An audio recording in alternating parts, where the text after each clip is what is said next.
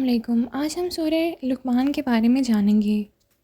حضرت وہب رضی اللہ عنہ کا قول ہے کہ حضرت لقمان رضی اللہ عنہ حضرت ایوب علیہ السلام کے بھانجے تھے، جبکہ مفسر مقاتل نے کہا ہے کہ حضرت ایوب علیہ السلام کی خالہ کے فرزند تھے۔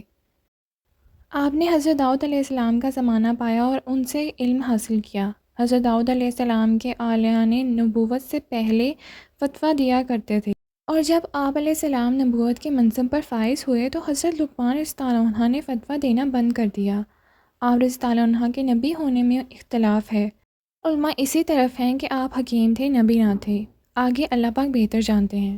حضرت عبداللہ بن عمر رضی اللہ عنہ سے روایت ہے کہ حضور پاک صلی اللہ علیہ وآلہ وسلم نے ارشاد فرمایا، حضرت لقمان رضی اللہ عنہ نبی نہیں تھے، بلکہ وہ غور و فکر کرنے والے اور دولت یقین سے مالا مال بندے تھے۔ انہیں اللہ تعالیٰ سے محبت تھی اور اللہ تعالیٰ بھی ان سے محبت فرماتا تھا، اور اللہ تعالیٰ نے انہیں حکمت کی نعمت عطا فرمائی تھی۔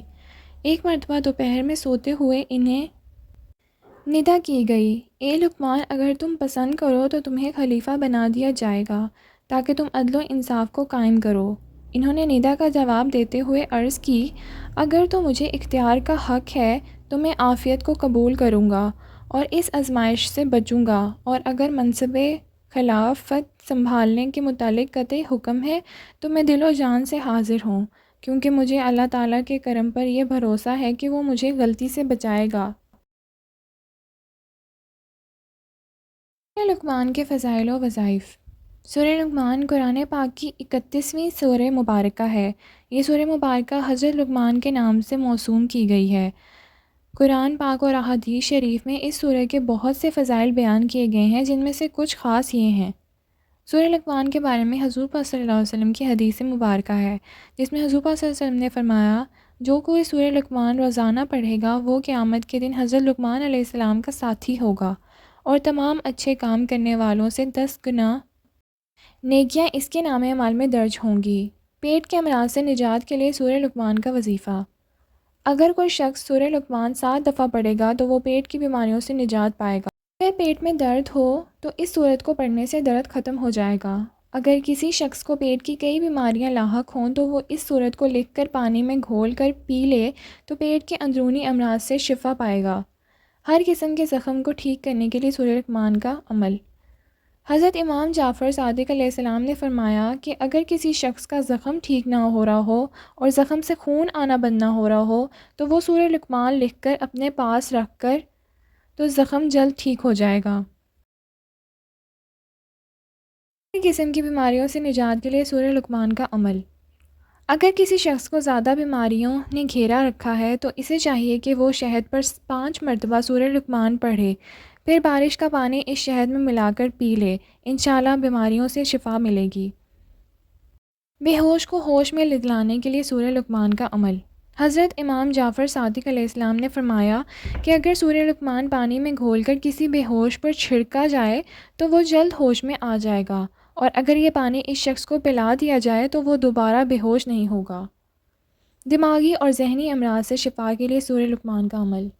اگر کوئی شخص ذہنی، اعصابی، دماغی مرض میں مبتلا ہو اور وقت ٹینشن، ڈپریشن، بے چینی کا شکار ہو تو اس سے نجات کے لیے اسے چاہیے کہ وہ سورہ لقمان کو روزانہ ایک بار ترجمے کے ساتھ پڑھ کر پانی یا دودھ پر دم کر کے پیے، انشاءاللہ ہر قسم کی پریشانی سے نجات حاصل ہوگی۔ سورہ لقمان سے حکمت و دانائی میں اضافے کے لیے عمل۔ ایسے افراد جنہیں روزمرہ زندگی میں حکمت و دانائی سے مختلف فیصلے کرنے پڑتے ہیں، انہیں چاہیے کہ روزانہ سورہ لقمان کی تلاوت ترجمے کے ساتھ کر کر پانی پر دم کر کے یہ پانی پینا معمول بنا لیں۔ جج، وکیل، افسران، اداروں کے سربراہان وغیرہ اپنی حکمت و دانائی میں اضافے کے لیے یہ عمل کر سکتے ہیں۔ اولاد کو فرما بردار بنانے کے لیے سورہ لقمان کا عمل۔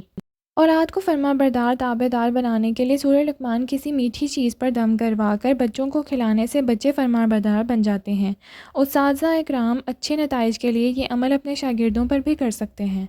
ادویات کی تاثیر بڑھانے کے لیے سورہ لقمان کا عمل۔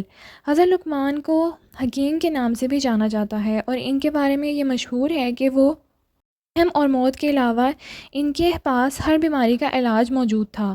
ذہنی، روحانی، جسمانی ہر قسم کی بیماری کے لیے سورہ لقمان بہت ہی تاثر کی حامل ہے۔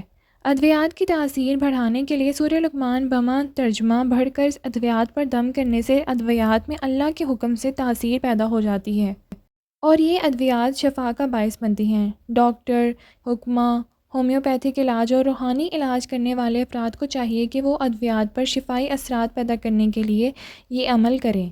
روزانہ سورہ لقمان کی تلاوت بمعنی ترجمہ کرنا اپنا معمول بنائیں اور وسعت شفا کے حصول کے لیے دعا کریں انشاءاللہ۔